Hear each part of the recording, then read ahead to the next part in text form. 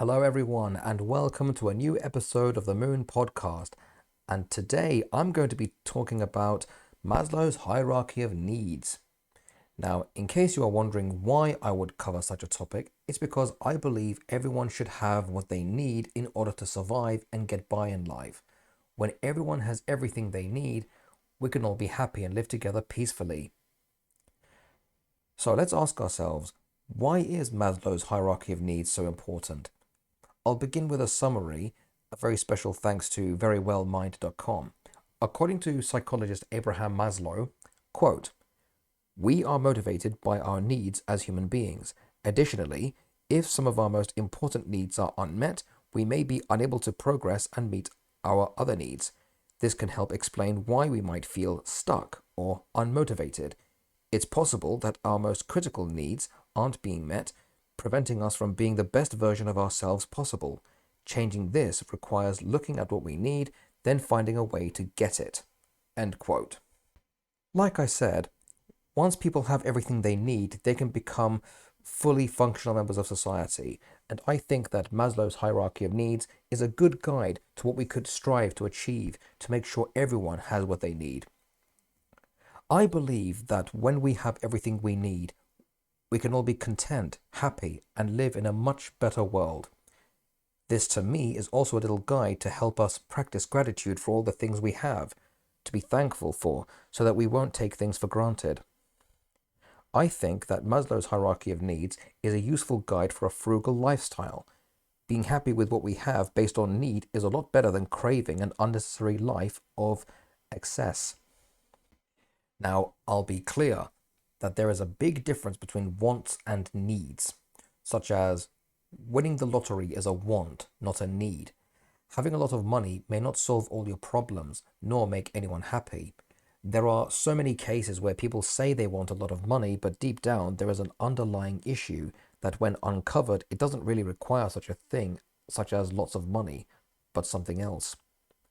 Living in a mansion is a want, not a need, because an apartment will do fine.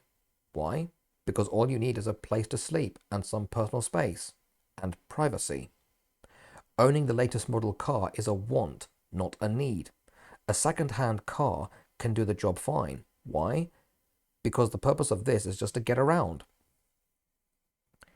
There is a very limited amount of resources, so therefore it's impossible to cater to every person's desires. The difference between want and desire is this. Wanting something is a craving for something one does not already have. Desire is a strong and intense feeling of wanting something one does not have. Chasing what we can't have causes stress and it damages our well-being. In short, wants and desires are based on emotion. I'll put the link to the source of this difference below. Unlike wants and desires, needs are mandatory, such as oxygen, water, and food. Wants are based on emotion, while needs are objective. When I say objective, there is a scientific way to approach this, which is what I will cover later in the podcast. To make sure I don't sound like a broken record, I will be switching between calling it Maslow's hierarchy of needs and Maslow's pyramid to add a bit of variety. So let's begin the overview. For those who are not familiar with it, Maslow's hierarchy of needs is structured like a pyramid with 5 levels, with the most important needs at the bottom. This is a reminder that these are about needs, not wants. This is a way to prioritize our needs. The 5 levels are physiological, safety, belonging and love, esteem, and self-actualization. Starting at the bottom, we have physiological needs. Here we have the need for food, water, clean air, and sleep. Of course, without any of these things, we'll die. Water hydrates the body in order for it to function. You need clean air to breathe. You need food so that your body gains the nutrients it needs in order to grow and live. You have to sleep in order to rest and allow your body to recover from the day. No one can live without sleep. Avoiding sleep for days on end is harmful. I should know. I tried that and it's not pretty. Some other variations in this level of the pyramid also include homeostasis and excretion. Homeostasis means to basically live, and excretion is going to the toilet, obviously. And of course, one of the things you also need is clothing to keep you warm during winter, to keep yourself dry, or even protect you from the intense heat of the sun, depending on where you live. There is also reproduction.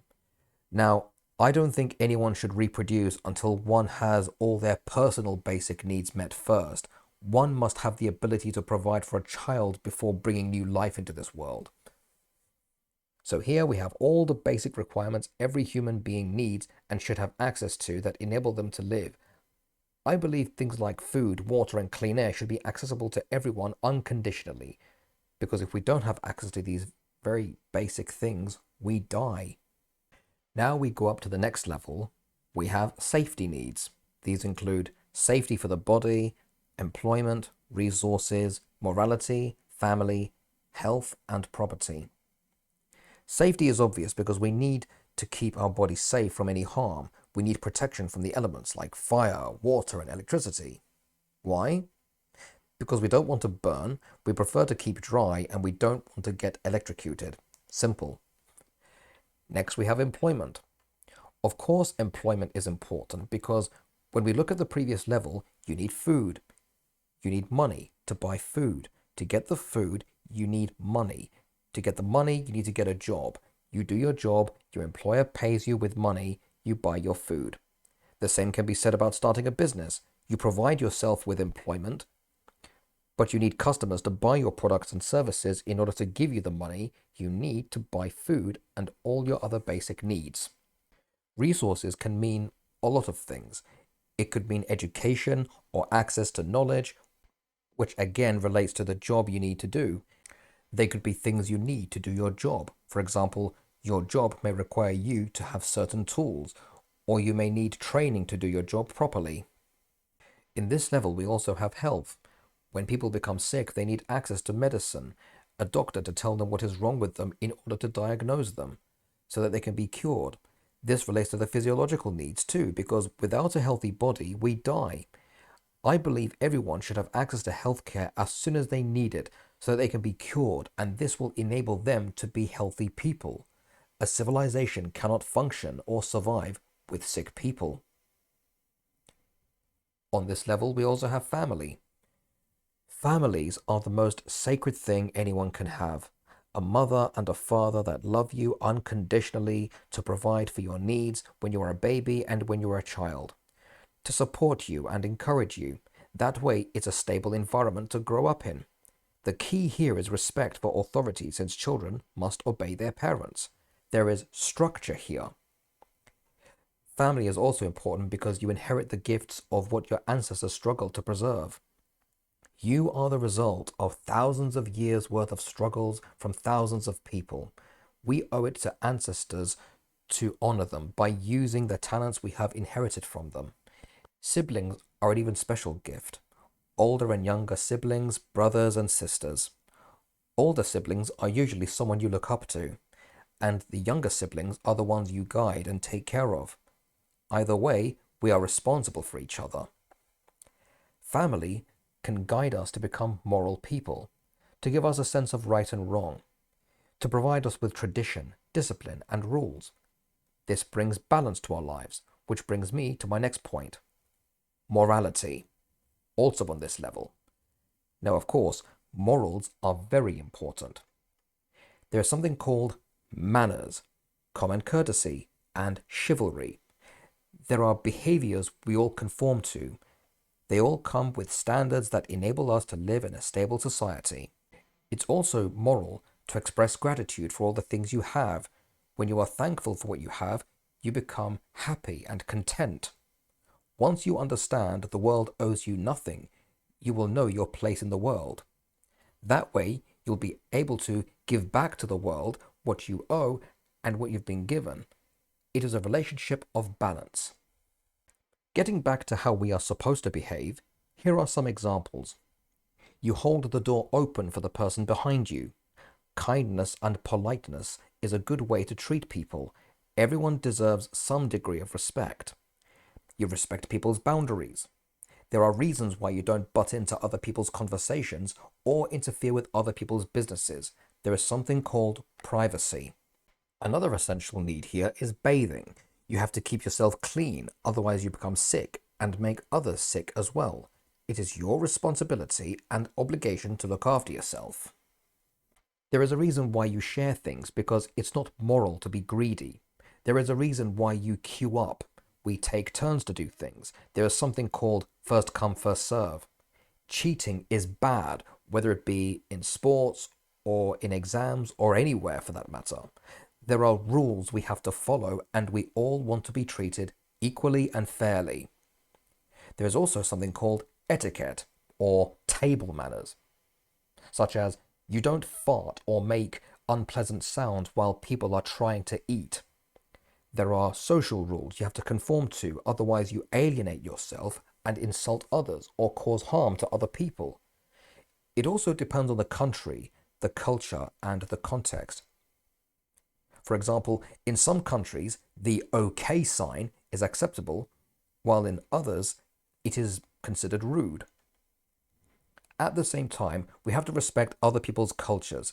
It is not right for us to go around telling people how they should live their lives or demand them to change their culture to suit anyone else. And to go even further, you don't take things that don't belong to you or murder people.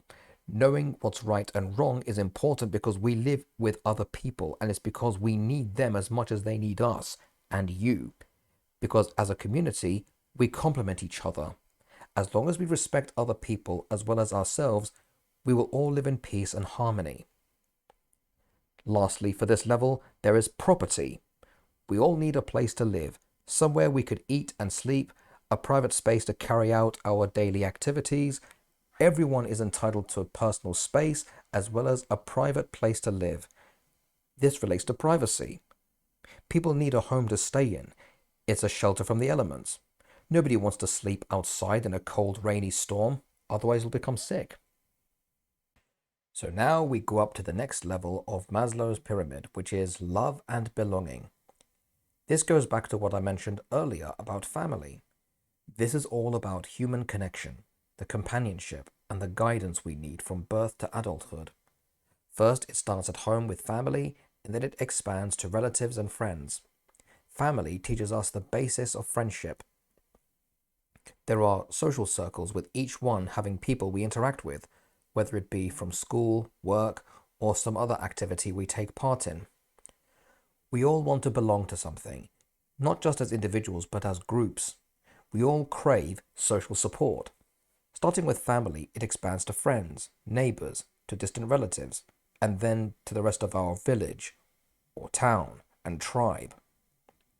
There are clubs with activities we can take part in, like sports, conventions, reading groups, etc., so that we can have shared experiences with other people. There is also intimacy. People are in need of love, affection, intimacy, and sex. People need someone to be close with, to share experiences with, and confide in.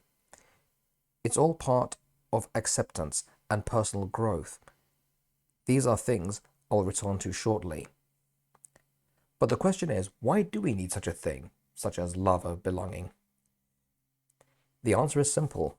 We are human. Social connection is deeply embedded within us. It allows us to have meaningful relationships. Connecting with people is good for our emotional and psychological well-being. Men and women complement each other. It provides us with emotional support. It helps us share our moments of joy and misery with people, so that we can be comforting, understanding, and provide empathy. It gives us a sense of identity. Being loved and accepted by others improves our self-esteem. It reinforces our self-worth in a positive way. We need such things as validation so that we can feel accepted. It gives us a sense of security to build trust. We need social support so that we can build social resilience against hardship. Belonging helps provide a support for us during challenging times. Having a network of supportive friends, families, and relationships can help us cope with stress, adversity, and emotional difficulties. All of this contributes to positive mental health. This is why love and belonging is important. It's because we cannot function or live well when we have poor mental health. Now that I've mentioned mental health, this brings us to the next level up the pyramid of Maslow's hierarchy of needs. It's called esteem. This includes self-esteem, confidence, achievement, respect of others, respect by others, strength, and freedom. You might be thinking this is the same as the level before, isn't it?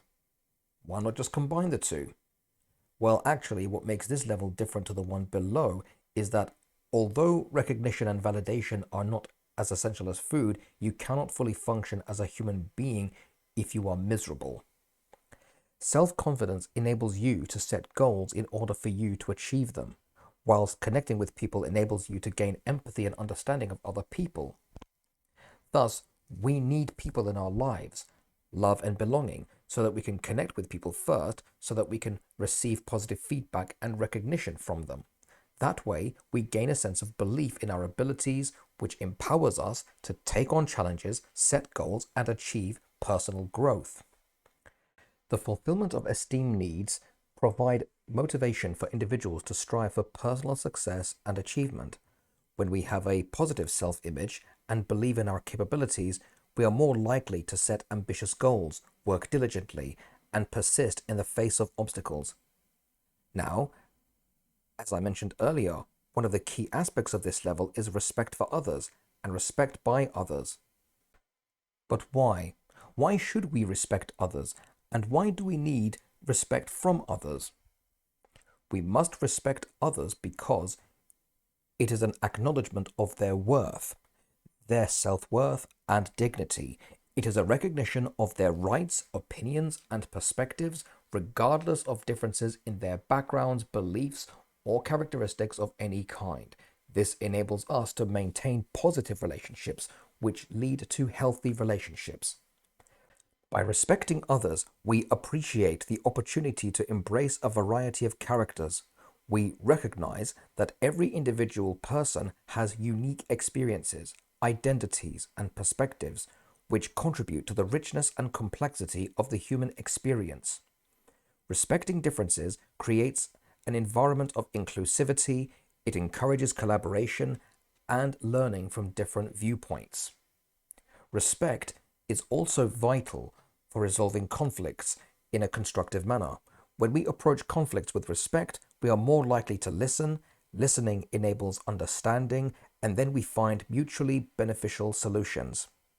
It allows others to express different opinions while we remain civil and be considerate of others. Now, what about us? As individuals, why do we need respect from others? Once again, this goes back to self-worth and dignity. When we get respect from others, it strengthens our values as individuals and contributes to a positive self-image. It's good for our psychological well-being. When we get respect from others, it promotes a sense of belonging, acceptance, and validation for ourselves. Being respected by others helps us feel seen, heard, and valued, which promotes feelings of happiness, confidence, and emotional well-being. This is why the level below love and belonging is important, because it requires people in our lives. We need people first in order to create lasting, respectful, healthy relationships. When people are respected, they are more likely to become productive in order to collaborate so that they could contribute their ideas, talents, and skills, leading to better teamwork and overall better outcomes. Lastly, on this level, we have freedom, the freedom to choose.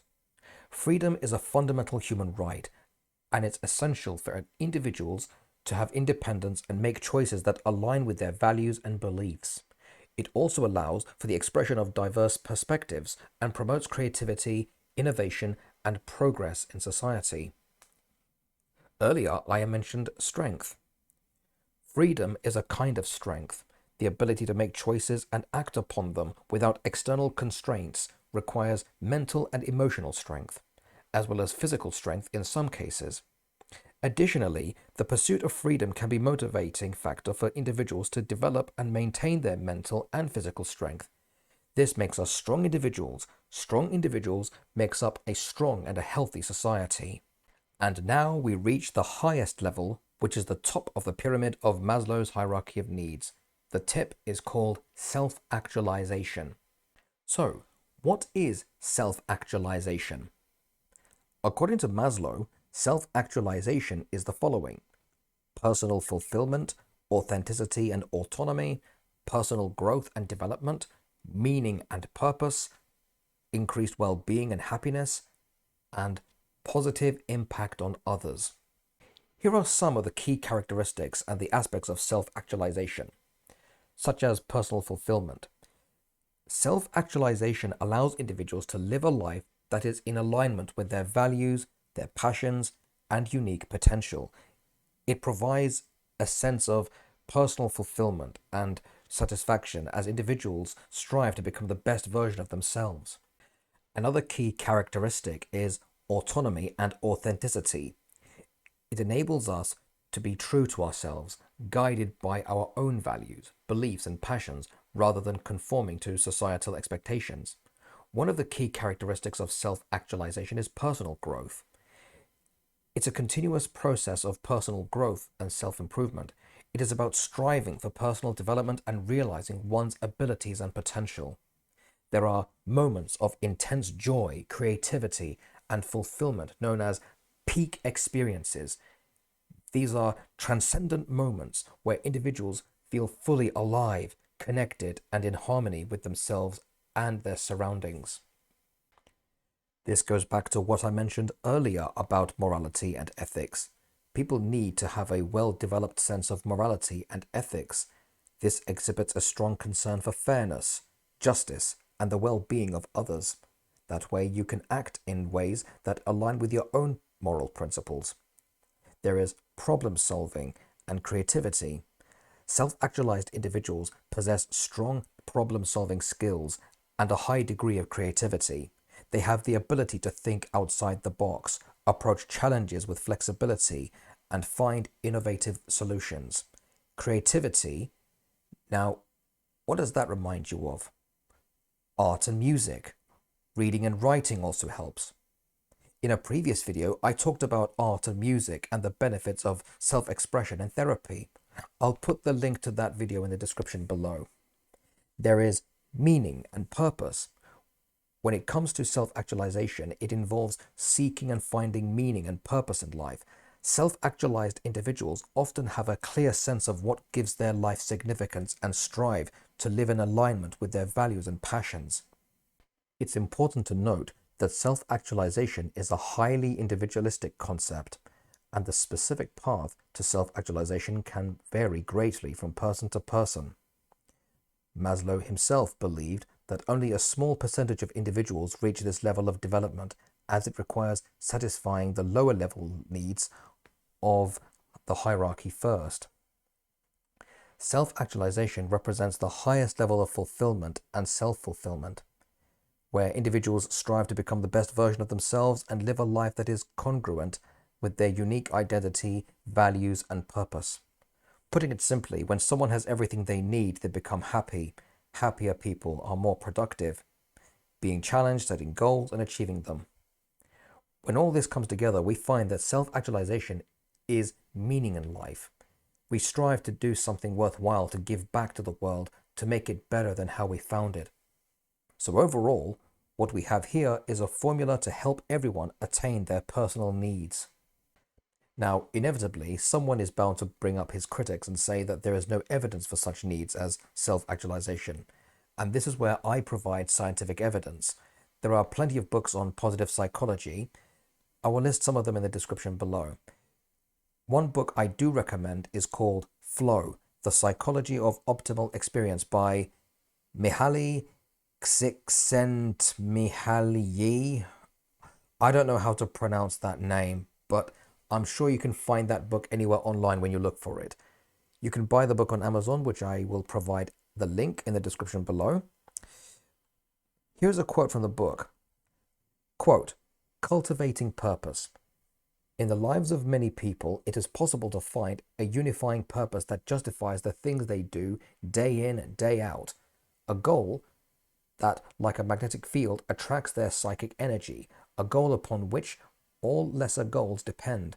This goal will define the challenges that a person needs to face in order to transform his or her life into a flow activity.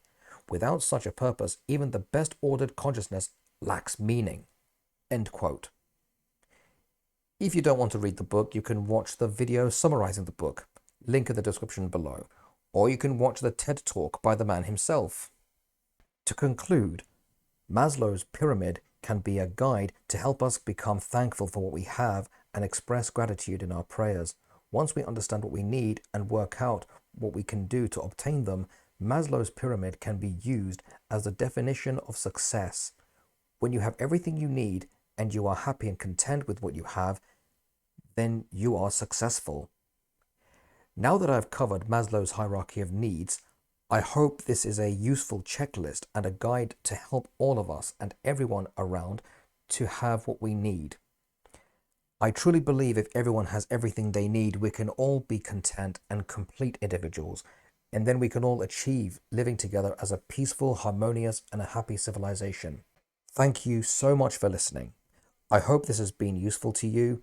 If there is anything I missed out or anything that we need and should also be on that pyramid, feel free to share your thoughts in the comments below.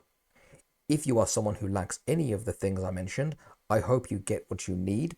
If you know someone who is in need of something, feel free to share this video and help them get what they need too.